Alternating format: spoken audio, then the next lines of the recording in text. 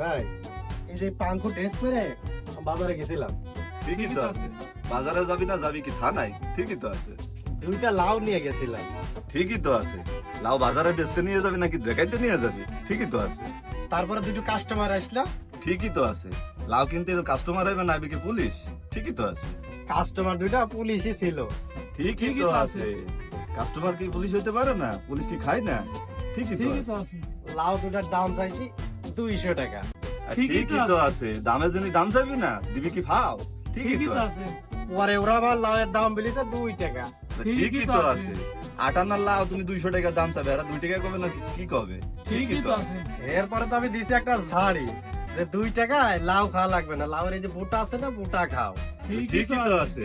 ছাড়ি দিবি না দিবি কি সুম্মা? এই যুগে কি 2 টাকায় লাউ পাওয়া যায়? ঠিকই তো আছে। তারপরে আমার দিছে পেদানি। ঠিকই তো আছে। পুলিশের লগে বিয়াদবি করবা, পুলিশ তোমার পেদানি দেবে না দেবে কি সুম্মা? ঠিকই তো আছে। তারপরে ভাই আমার নিয়ে গেছে থানায়। ঠিকই তো আছে। পুলিশের লগে বিয়াদবি করবা, এই তোরে থানায় নেবে না নেবে কি তোমার শ্বশুর বাড়ি? ঠিকই তো আছে। তারপরে আবার আমাকে সাইডেও দিছে। ঠিকই তো আছে। তুই কি সোচ্চার নাকি যে তোরে থানায় আটকে রাখবে? ঠিকই তো আছে।